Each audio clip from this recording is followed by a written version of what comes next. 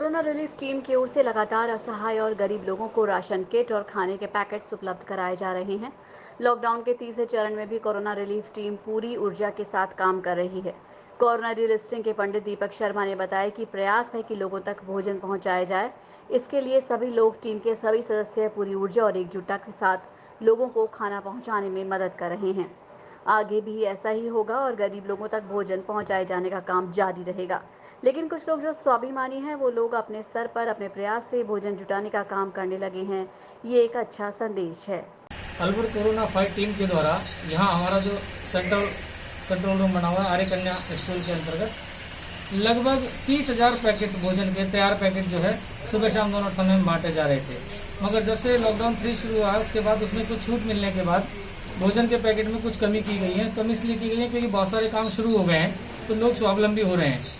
तो हमारा सबसे अब ये आग्रह भी आगे कि जब लोग सब अपने काम पे जाने लगे हैं, अपना काम शुरू होने लगा है, तो धीरे धीरे करके सब स्वावलंबी बने और सोशल डिस्टेंस का पालन करते हुए जिनको घरों से नहीं निकलना है वो अपने घरों में रहें, पर जिनके काम शुरू हो गए हैं वो उन चीज़ों का ध्यान में रखते हुए, सुरक्षा को ध्यान में रखते हुए व्यवस्थाओं को बनाने में मदद प्रदान करें। रोटरी क्लब की ओर से शनिवार को पुलिस, मेडिकल सहित अन्य संस्थाओं को मास्क, सैनिटाइजर और डिजिटल थर्मल गन भेंट की गई।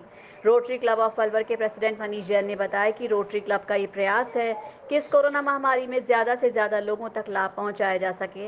इसके साथ ही लोगों को एक संदेश दिया जा रहा है कि वो लॉकडाउन उनका भली रूप से पालना करें ताकि इस रोग से छुटकारा पाया जा सके। आपको जैसे रोटरी इंटरनेशनल इस कोविड-19 महामारी से लड़ने के लिए पूरा कृत संकल्प है। आज रोटरी क्लब अलवर की तरफ से महिला थाना प्रभारी को हमने जो हौजरी के मास्क ये पहन रखा है, मैंने ये वाले बांटे गए हैं। इसके साथ में N95 मास्क और सैनिटाइजर की बोतल्स जितने भी थाने पुलिस के हैं सबको हम ये लोग प्रोवाइड करा रहे हैं। पुलिसकर्मी हो चाहे अपने जितने भी पेट्रोल पंप अलवर में है उनके भी सब कर्मियों को हमने मास्क और ये सब प्रोवाइड कराए हैं। मास्क विशेष ये हौजरी के हमने कलकत्ता से मंगवाए हैं जो पहनने में आसान रहे, गर्मी के मौसम में ज्यादा परेशान ना करें। महिला थाना पुलिस को रोटरी क्लब की तरफ से सैनिटाइजर और मास्क वितरित किए गए। इन दिनों पुलिस कोरोना वॉरियर्स बनकर आमजन को राहत पहुंचाने का प्रयास कर रही है। इसी क्रम में शनिवार को रोटरी क्लब के सदस्यों ने महिला थाना पहुंचकर महिला थाना SHO चौथमल को सैनिटाइजर और मास्क दिए। रोटरी क्लब के पदाधिकारी पवन खंडेलवाल ने बताया कि पुलिस इस समय कोरोना वॉरियर्स के रूप में काम कर रही है।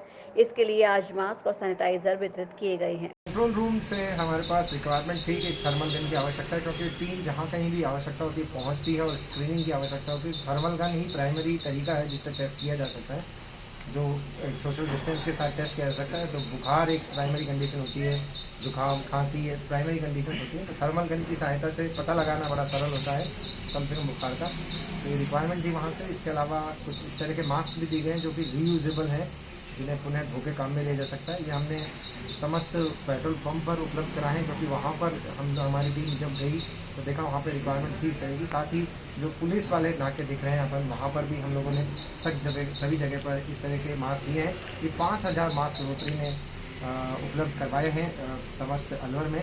अलवर के अतिरिक्त जिला कलेक्टर उत्तम सिंह शेखावत के नेतृत्व में मुख्य चिकित्सा और स्वास्थ्य विभाग ने अलवर शहर के तुलेड़ा रोड ट्रांसपोर्ट नगर में कार्रवाई कर एक फर्जी अस्पताल का पटाक्षेप किया। इस अस्पताल में किसी दूसरे डॉक्टर के नाम की नेम प्लेट लगाकर कार्य किया जा रहा था। मामले में पुलिस ने अस्पताल संचालक सहित 4 जनों को हिरासत में लिया है। आज दोपहर में एक टेलीफोनिक में जो अपना व्हाट्सएप मैसेज है उसके माध्यम से लगभग 3 बजे एक सूचना मिली। मैंने ADM साहब को भी सूचना दी और इस बात करी कि श्री श्याम हॉस्पिटल, फर्जी doctor, illegal abortion, Tuleda road transport Nagar Alwar में है, कोरोना का अचूक इलाज करता है। ऐसी लोगों में भ्रांति फैलाकर ये अचूक इलाज कर रहे थे। इलाज यहाँ विजिट के दौरान एक मरीज़ भर्ती भी पाया गया। जिस डॉक्टर के नाम पर यह अस्पताल चलाया जा रहा है उस डॉक्टर से बात हो गई है। वो ये कह रहा है कि मेरी बात हुई थी, मैंने कभी अस्पताल में आके सेवा नहीं दी और न ही इस अस्पताल में मेरा कोई संबंध है। यहाँ पर जो संबंधित एडिटर या इसका जो प्रोप्राइटर के रूप में जो उपलब्ध हैं RS शर्मा जी, इनके पास में क्या डिग्री हैं, क्या कागजात हैं, उनकी जांच अभी कर लेंगे। लेकिन प्रथम दृष्टा ये 420 का केस इस पर बनता है। अलवर सांसद बाबा बालकनाथ अलवर पहुंचे और उन्होंने नंगली सर्किल स्थित RSS की ओर से पिलाए जा रहे आयुर्वेदिक काढ़े का सेवन किया और संघ द्वारा लॉकडाउन के दौरान गरीब असहाय श्रमिकों को वितरित होने वाले भोजन और राशन किट के बारे में जानकारी ली। उनके साथ भारतीय जनता पार्टी के कार्यकर्ता और संघ के कार्यकर्ता मौजूद रहे।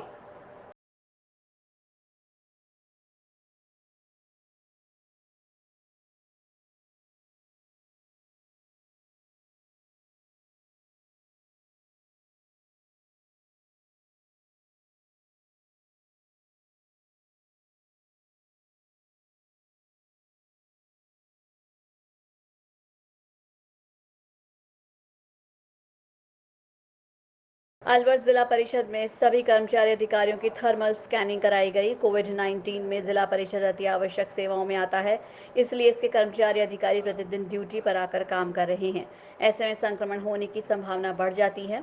अखिल भारतीय कर्मचारी महासंघ एकीकृत और इसी से जुड़े हुए फार्मासिस्ट एसोसिएशन के द्वारा सुरक्षा के लिहाज से जिला परिषद अलवर के 70 कर्मचारी और अधिकारियों के थर्मल स्कैनिंग कराई गई।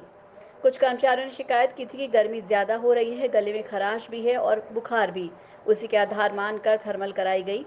जांच में किसी को भी असामान्य तापमान नहीं मिला। कार्यालय है, क्या करवाना है? अखिल राजस्थान राज्य कर्मचारी संयुक्त महासंघ एकीकृत और राजस्थान फार्मासिस्ट कर्मचारी संघ एकीकृत के संयुक्त तत्वाधान में आज जिला परिषद अलवर के सभी 70 अधिकारी कर्मचारियों की थर्मल स्कैनिंग कराई गई है, क्योंकि ये विभाग अति आवश्यक सेवाओं में था और निरंतर लॉकडाउन के दौरान प्रतिदिन कर्मचारी अधिकारी दफ्तर आए हैं। तो ऐसी में सुरक्षा के लिहाज से ये हमारा दायित्व था कि सभी कर्मचारियों की थर्मल स्कैनिंग कराई जाए, ताकि कर्मचारियों को किसी प्रकार के अगर यदि संक्रमण होता है तो उसकी जानकारी हमें मिल सके। अलवर जिले की सभी कृषि उपज मंडियों में पिछले 4 दिनों से हड़ताल जारी है। मंडी में हड़ताल के चलते किसानों को काफी परेशानी का सामना करना पड़ रहा है।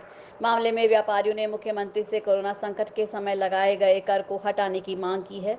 अलवर कृषि उपज मंडी में आज चौथे दिन भी हड़ताल जारी रही और मंडी में ताला लगा रहा। खाद्य पदार्थ व्यापार महासंघ प्रदेश उपाध्यक्ष सुरेश जलालपुरिया का कहना है कि कल खाद्य पदार्थ व्यापार महासंघ की जयपुर में बैठक होगी, जिसमें आगामी रणनीति तय की जाएगी। राजस्थान की 247 मंडियों में आज चौथा दिन हड़ताल का है।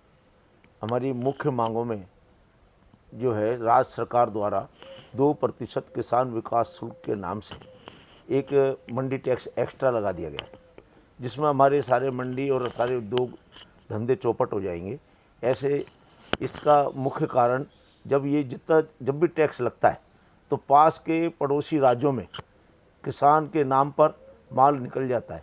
न तो उससे राज्य सरकार को कोई फ़ायदा होना है, राज्य सरकार का राजस्व घटेगा, हम लोगों के धंधे चले जाएंगे। राजस्थान के समस्त उद्योग, आटा, दाल मिल, तेल मिल यहाँ से पलायन कर जाएगी। पूर्व में भी सभी सरकारों ने, चाहे वो वसुंधरा जी थे, चाहे वो अशोक जी गहलोत, हमेशा टैक्स को हमेशा कम करने की नीति रखी थी। लेकिन वर्तमान में अचानक 2% टैक्स ऐसे समय पर बढ़ाया है जिस समय पूरे मंडी, पूरे उद्योग धंधे बहुत बड़ी खराब स्थिति में गुजर रहे हैं। नारायणपुर कस्बे के समीपवर्ती ग्राम पंचायत मुंडावरा में स्थित गुणी वाले हनुमान जी महाराज के दर्शनों के लिए बंद कर दिया गया है, लेकिन क्षेत्र के आसपास के गांवों के लोग द्वारा यहां आना जाना बंद नहीं किया गया, जिसको लेकर हनुमान जी गेट के पास के दुकानदारों ने अपनी दुकान बंद कर बाहर से आने वाले श्रद्धालुओं को गेट पर रोककर वहां से वापस लौटा रहे हैं, क्योंकि बानसूर थानागाजी क्षेत्र के आसपास के लोग यहां आ रहे हैं, लेकिन कोरोना वायरस वैश्विक संक्रमण महामारी का डर उनको सता रहा है। हम सभी दुकानदारों ने 4-5 दुकानदार हैं यहाँ पे, जिसने लॉकडाउन का पालन करने के लिए लोगों को समझाया है। आज शनिवार का दिन था, बाहर से आने वाले सभी श्रद्धालुओं को समझाया गया है, समझाकर हम वापस भेज रहे हैं, जो कि यहाँ लॉकडाउन का पालन करें और घर पर ही सुरक्षित रहें।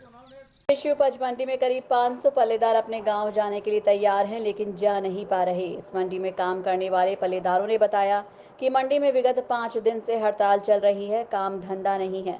करीब 500 पल्लेदार बेरोजगार हो गए, उनके सामने खाने का संकट पैदा हो गया है। व्यापारियों द्वारा राशन नहीं दिया जा रहा। करीब 100 पल्लेदार हैं जो अपने गाँवों को जाना चाहते हैं। ज्यादातर पल्लेदार बिहार और यूपी के हैं। उन्होंने व्यापारियों से अपने गांव को जाने वाले पल्लेदारों को साधन मुहैया कराने की गुहार की। यहाँ पर अलवर मंडी में पल्लेदारी करता हूँ सर। अच्छा, क्या है आपका मामला, बताइए। मेरा मामला ये है, हम 20 दिन से दौड़ रहे कोर्ट कचहरी वगैरह शहर से परिशोधन बनाने के लिए, कागज मांगने के लिए तैयार करना हो, लेकिन वो लिख के नहीं दे रहे हैं। क्या, कहाँ जाना चाहते हैं? हम अपने गांव बिहार जाना चाहते हैं। अलवर शहर के मुख्य बाजार केडलगंज में आज पुलिस ने अति आवश्यक सेवा की दुकानों को छोड़ सभी बाजार बंद करा दिए। आए दिन मिली ढील के चलते बाजारों में भारी भीड़ उमड़ रही थी। आज पुलिस ने बाजार जाकर दुकानदारों को चेतावनी दी और साथ ही दुकानों को बंद कराया। कोतवाली के सब इंस्पेक्टर रघुवीर शरण ने बताया कि न व्यापारी मान रहे हैं और न ही ग्राहक। सोशल डिस्टेंसिंग का खुला उल्लंघन किया जा रहा है। पुलिस जाब्ते ने पहुंचकर नगर परिषद के सामने चर्च रोड और केड़लगंज के बाजार को बंद करा दिया। बाजार में बहुत अधिक भीड़ है। राज्य सरकार के जो निर्देश हैं उनकी पालना नहीं कर रहे हैं। ये थोक का मार्केट है।